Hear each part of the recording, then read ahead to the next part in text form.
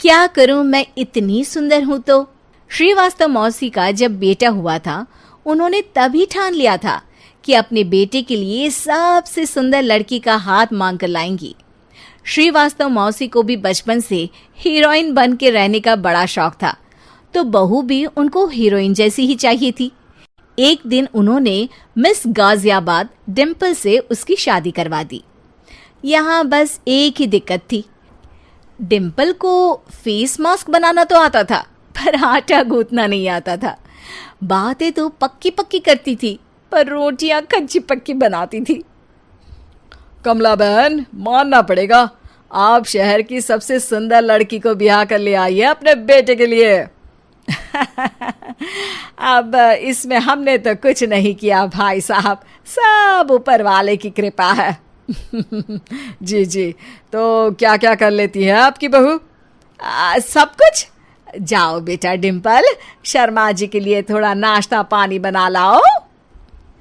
डिम्पल नजदीक जाकर श्रीवास्तव मौसी के कान में फुसफुसाती है। मम्मी जी, नाश्ता बनाना तो नहीं आता, सिर्फ पानी ले आओ। अरे बेटा, तुझे देखने कितने लोग आए हैं, इन सबको पानी पिलाने का ही इरादा है क्या? सुंदर हूँ इसलिए देखने आए हैं। क्या करूँ, मैं इतनी सुंदर हूँ तो आप ही बताओ ना, क्या करूँ मैं? अरे बेटा, कुछ मत कर, खाना बनाना सीख ले बस। श्रीवास्तव मौसी के लिस्ट में सुंदरता सबसे ऊपर आती थी और उन्हें उसी का फल मिला। उनके बेटे अशोक ने एक दिन माँ से शिकायत की। माँ, कैसी बहू ढूंढ कर लाई हो? मैं शाम को थक हार कर घर लौटता हूँ तो मुझे कहती है, आज पेडिक्योर करना है, करवा दोगे? अरे जबकि दिन भर काम करके पाँव मेरे थके थे। अरे बेटा, ठीक है ना, धीरे धीरे सीख जाएगी। अरे क्या सीख जाएगी माँ, उससे कुछ भी नहीं आता। हफ्ते भर का शेड्यूल बना लिया है उसने, पेडिक्योर, हेड मसाज, मुल्तानी मिट्टी का ये वो, अरे पता नहीं क्या क्या। अरे मुझे तो नाम भी नहीं आते। देख बेटा, खाना बनाना, सब्जी काटना, ये सब सीखा जा सकता है, पर सुंदरता नहीं सीखी जा सकती। इतनी सुंदर बहू मिली है, फिर भी तू खुश नहीं है, कैसा बेटा है तू? श्रीवास्तव मौसी का मानना था कि समय रहते बहू सब सीख जाएगी, पर मिस गाजियाबाद से शादी कराने के बाद घर का जो नाम हुआ है वो जरूरी है।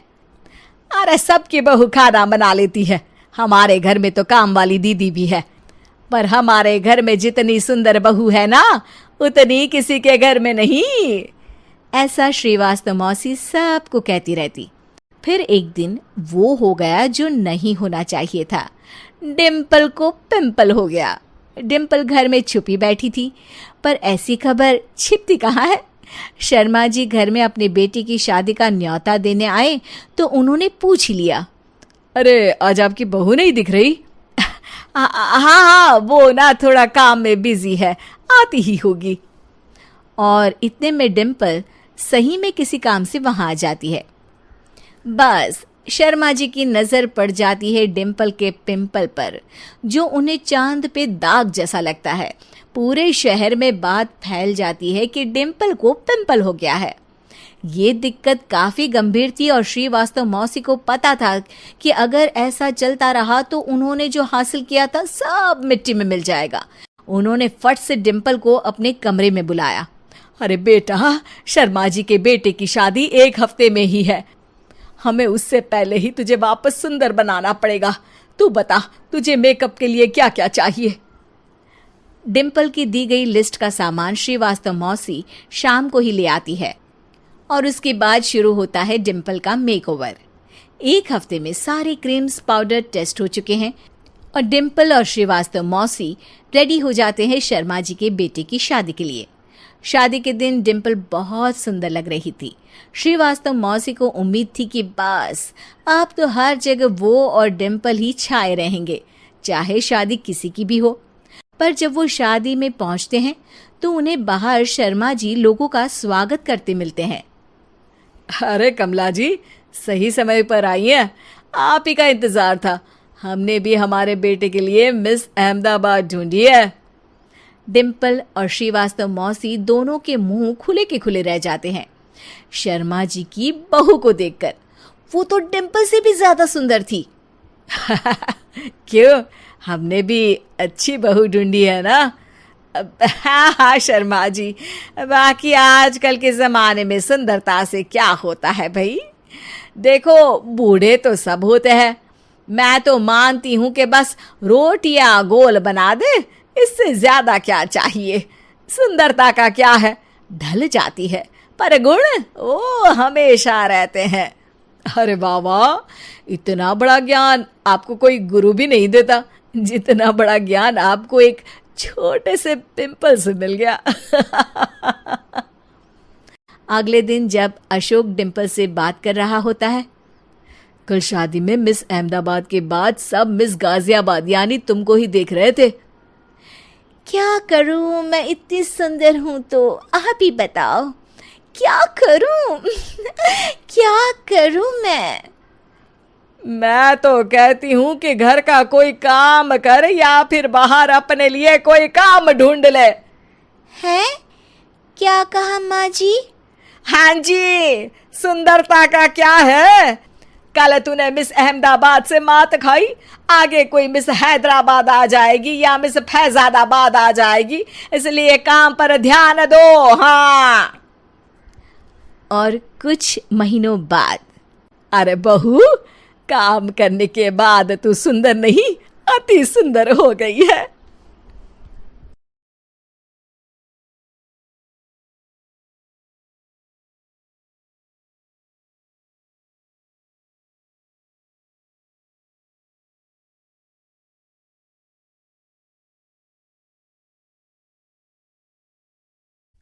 कौन बनेगा नेता? नगर निगम के चुनाव पास आने वाले थे। पूरे कानपुर शहर में टिकट को लेकर मारामारी शुरू थी, लेकिन सबसे ज्यादा चर्चा में वार्ड नंबर 40 की सीट थी। वो इसलिए क्योंकि इस बार वहां की सीट महिला के लिए आरक्षित थी। अब सवाल ये था कि चुनाव लड़ेगा कौन। इससे पहले ठाकुर साहब वहां से पार्षद थे और इस बार उन्होंने अपनी पत्नी सीमा ठाकुर को टिकट दिलवाई और ठाकुर साहब की शान के कारण सीमा जी ने 20,000 वोटों से चुनाव जीत लिया। अरे बधाई हो सीमा भाभी, अब तो आप वार्ड की पार्षद बन गई हैं। अब तो हमारे काम आप ही करवाएंगी। अरे ये तो सिर्फ नाम की पार्षद बनी है, वो तो महिला सीट आ गई, वरना पार्षद तो मुझे ही बनना था। अब भले ही चेहरा इसका होगा लेकिन पावर तो मेरी ही होगी। अरे वाह भाई साहब, क्या दिमाग लगाया है आपने भी। आइए आप लोग, खाना लगा दिया है सबके लिए। सीमा जी पार्षद बन चुकी थीं, फिर भी उनकी एक ना चलती। सारे काम ठाकुर साहब खुद ही संभाल लेते और जहां जरूरत पड़ती वहां सीमा जी का अंगूठा लगवा लेते। सीमा जी ज्यादा पढ़ी लिखी भी नहीं थी। एक दिन ठाकुर साहब और सीमा एक प्रोग्राम में जाते हैं।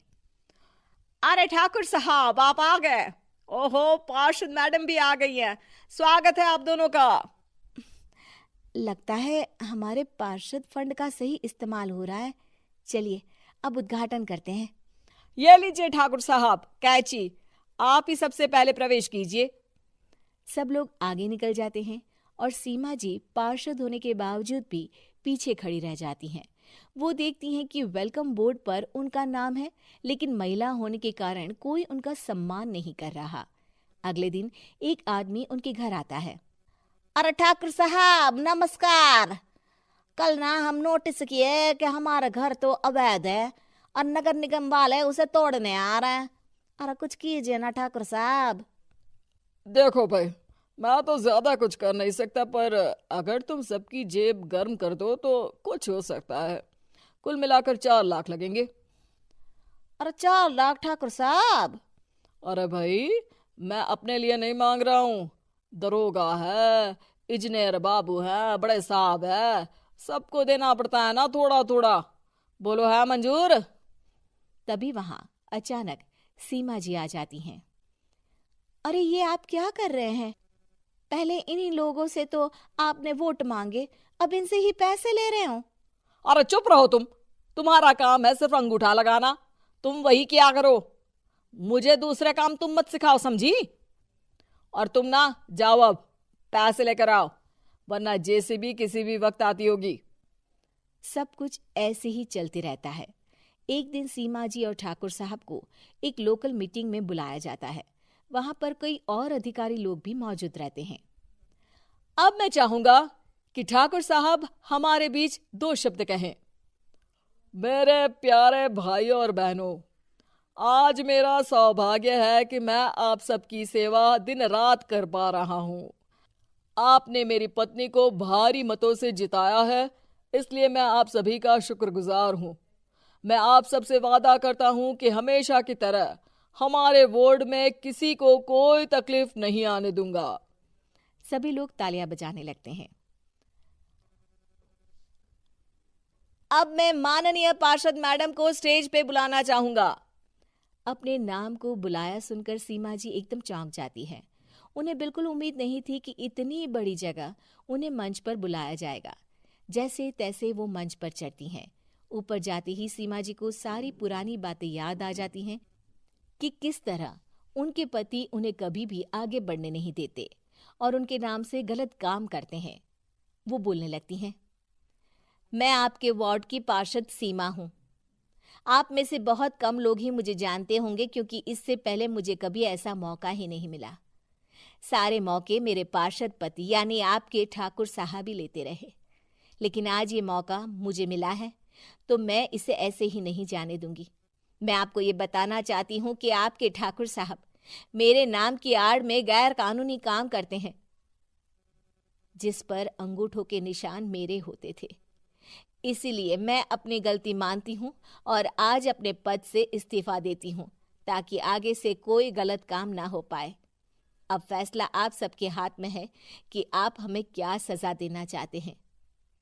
सीमा जी की बातें सुनकर ठाकुर साहब के चेहरे का रंग उड़ जाता है और वो शर्म से मुंह नीचा करके वहां से चले जाते हैं और पद से इस्तीफा देकर ही सही सीमा जी अपने आप में आत्मविश्वास महसूस करती हैं।